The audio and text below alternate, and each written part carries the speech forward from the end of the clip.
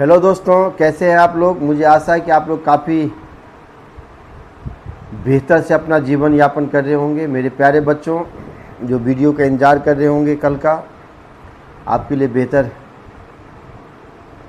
एक कहानी लेकर आया हूँ, जिनके जीवन के बारे में आपको समझ करके भारत की समरसता, भारत की इक्वलिटी के बारे में, भारत की लिबरेशन के बारे में, भारत के फ्रेटर्निटी के बारे में आप बेहतर ढंग से समझ पाएंगे। तो कहते हैं ना दोस्तों कि हिंदू धर्म एक ऐसा धर्म है, दुनिया का कोई भी आदमी अगर उसको चाहे कि मिटा सकूं या कोई भी आदमी उसको इग्नोर कर सकूं, चाहे वो किसी भी धर्म का हो, किसी भी समुदाय का हो, किसी भी देश का हो, वो न मिटा पाया है न मिटा सकेगा, वो मेरा मानना है। क्योंकि हिंदू एक धर्म ही नहीं दोस्तों, यह एक जीवन है। क्योंकि हिंदू धर्म एक लाइफ स्टाइल है, आपका जीने का तरीका है, आपका रहने का तरीका है, और आपका समझने का तरीका है। चाहे वो आपका तरीका हो, चाहे मेरा तरीका हो, वो मेरा मानना है। तो आज उस व्यक्ति के बारे में मैं बात करने वाला हूँ, जिसके बारे में आप कह सकते हैं, न मैं नास्तिक हूँ न मैं आस्तिक हूँ, मैं केवल वास्तविक हूँ। हाँ दोस्तों, न मैं नास्तिक हूँ न मैं आस्तिक हूँ, केवल मैं वास्तविक हूँ। मैं बात कर रहा हूँ ईवी रामास्वामी पेरियार का दोस्तों। हाँ दोस्तों, ईवी रामास्वामी पेरियार, जिसने साउथ के राजनीतिक इतिहास को बदल करके रख दिया, जिन्होंने दक्षिण भारत में हर आदमी को, हर समाज को, हर समाज के वर्ग के लोगों को वह सोचने पर मजबूर कर दिया कि मैं जो कहता हूँ क्या यह बात सत्य नहीं है। तो आज ईवी रामास्वामी पेरियार के बारे में कहेंगे, बात करेंगे, इनके बारे में आप जानिए, समझिए। तो ईवी रामास्वामी का जो जन्म होता है ईरोड नाम के ज़िला में होता है। 17 सितंबर 1879 को एक किसान परिवार में होता है। उनके पिता का नाम राम नायर है, यानी रामास्वामी नैयर कह सकते हैं। वेंकटेश के नाम से भी जानते थे उनको। उनकी माता का नाम चिन्नम्मा मुथमल था। उन्हीं के यहाँ इनका जन्म होता है, और वह बच्चा शुरुआती दौर में पढ़ाई की शुरुआत करता है। और जब पढ़ाई कर ही रहा होता है तो समाज के अंदर हर चीज़ को बारीकी से समझता है, क्योंकि वो किसान परिवार में जन्म लिया होता है। और जन्म होने के बाद उनके घर पे हर तरह के लोग आते जाते रहते थे, तो हर विषय के बारे में वो बखूबी से सीखना समझना शुरू करता है। कहते हैं उनके जीवन में परिवर्तन तब आता है दोस्तों, जब एक रोज उनको ये एहसास होता है, ये मालूम पड़ता है कि हमारे जो समाज के अंदर, हमारे जो राज्य के अंदर, जो अछूत जाति जिसको कहते हैं, आर्थिक रूप से काफ़ी कमज़ोर वर्ग के जो लोग थे, उनको समाज के वह तबका जो अपने आप को हिंदू धर्म का धरोहर समझता है, उनके द्वारा सताए जाने के बाद उन लोग का जीवन बहुत नरकीय हो गया था। ये बात रामास्वामी बखूबी से समझने लगते हैं, और धीरे धीरे ये बात जब उसको समझ में आता है तो वो पढ़ाई छोड़ करके समाज सेवा में लग जाता है। समाज सेवा में लगने का मतलब ये है कि उन्होंने स्त्री शिक्षा पे काफ़ी फोकस किया था। उन्होंने विधवा विवाह पे काफ़ी ध्यान दिया था कि विधवा का विवाह हो। उस समय में होता क्या था कि अगर किसी महिला का पति मर गया तो आप शादी नहीं करवा सकते थे उनसे, तो उनका जीवन काफ़ी नरकीय हो जाता था। कम उम्र में शादी हो जाता था, 8 या 9 वर्ष की अवस्था में महिलाओं को शादी कर दी जाती थी। वो लड़कियां का जीवन नरकमय हो जाता था। तो रामा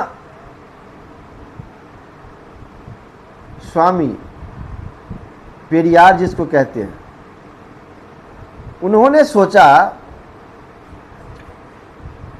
कि क्यों न इसके विरुद्ध एक क्रांतिकारी आंदोलन किया जाए। और शुरुआत होती है दोस्तों बहुत सारे आंदोलन की। हम बात करेंगे उसको दूसरे वीडियो के अंदर, लेकिन आज मैं बात करना चाहता हूं कि एक रोज़ की बात है, वह है 1904 ईस्वी की। पेरियार जी बनारस आते हैं और बनारस में जानते हैं, बनारस को देवों का भूमि भी कह सकते हैं, होली प्लेस भी कह सकते हैं उसको। और काफ़ी नॉर्थ इंडिया में ही नहीं पूरे विश्व में बनारस का एक अलग स्थान है होली प्लेस के रूप में, वाद से नहीं प्राचीन समय से ही। तो बनारस आते हैं और हम जानते हैं कि बनारस में 12 ज्योतिर्लिंगों में एक प्रसिद्ध ज्योतिर्लिंग महादेव विश्वनाथ का वहीं शिवलिंग है। वहाँ हमारे भारत के जितने भी शिव भक्त हैं सभी वहाँ दर्शन करने के लिए जाते हैं। देश विदेश से लोग वहाँ आते हैं दर्शन करने के लिए, बनारस की संस्कृति को समझने के लिए आते हैं, भारत की संस्कृति को समझने के लिए आते हैं। तो वहाँ 1904 ईस्वी की बात है, तमिलनाडु से निकल करके एक रोज़ पेरियार साहब यानी ई.वी. रामास्वामी पेरियार, जब भी मैं पेरियार कहूँ तो आप समझ लीजिए कि ई.वी. रामास्वामी पेरियार की बात हो रही है। वो आते हैं, दर्शन करते हैं, लेकिन दर्शन करने के बाद उनको भूख बहुत लगा रहता है। वो भूख प्यास के मारे उसको रहा नहीं जाता है। तो वहाँ भंडारा चल रहा होता है और भंडारा में वो जाता है खाने के लिए। जब खाने के लिए जाता है तो वहाँ से उसको भगा देता है। भागा इसलिए जाता है कि वहाँ उस समय जो भी भंडारा में खाते थे वो केवल ब्राह्मण लोग ही भंडारा में खा सकते थे। और एक्चुअली अब कैसे समझेंगे कि ब्राह्मण है या नहीं है? तो उस टाइम में जो पेरियार साहब थे वो मूछ रखते थे और मूछ देख करके उनको पहचान लिया। एक्चुअली वो भेष बनाकर गए थे अच्छा खासा, लेकिन उसने जो मूछ रखे हुआ था, मूछ को देख करके वो पंडित लोग समझ लिए ये ब्राह्मण नहीं है। उनको वहाँ से हटा देता है, निकाल देता है, अपमानित करके निकालता है, जिससे व्याकुल होकर के पेरियार वहाँ से निकलता है।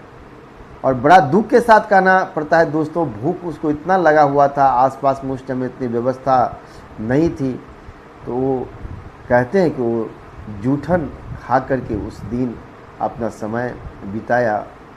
और उसी दिन से उसने हिंदू धर्म के खिलाफ बीड़ा उठा लिया कि नहीं, ये कोई धर्म नहीं है जिसमें मानवता नाम का कोई चीज़ नहीं है, जिसमें सामाजिकता नाम का कोई चीज़ नहीं है, जिसमें इंसानियत नाम का कोई चीज़ नहीं है, जिसमें डिस्क्रिमिनेशन हो, जिसमें अनटचेबिलिटी हो, जिसमें मतभेद हो, जिसमें भेद हो, जिसमें छुआछूत हो, वह कोई धर्म नहीं होता है। और भगवान के द्वारा जो जन्म लेता है कोई प्राणी, तो न जाति होता है न इसका धर्म होता है। जब धरती पर जन्म लेता है तो इंसान अपने आप को एक धर्म में बांट करके एक दूसरे के बीच में लड़ाई फसाद करके पॉलिटिकली रूप से फ़ायदा उठा करके अपना आनंद उठाते हैं। तो उसी दिन से कहते हैं कि पेरियार नास्तिक बन गए। और नास्तिक क्यों बने? क्या ये घटना से आप क्या सीख रहे हैं? ये सही था या गलत था? अगर गलत था तो आप कमेंट ज़रूर करें। इसी पर मैं दूसरा वीडियो लेकर आ रहा हूँ।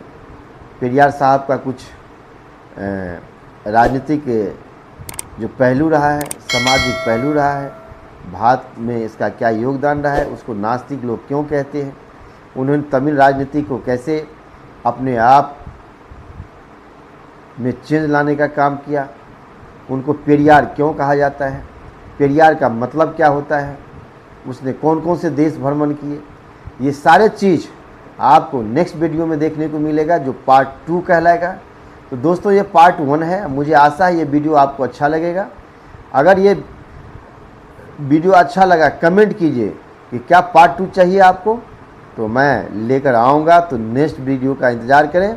और पेरियार के बारे में आप गूगल पर भी पढ़ सकते हैं, उनके द्वारा लिखा गया बहुत सारे बुक्स हैं।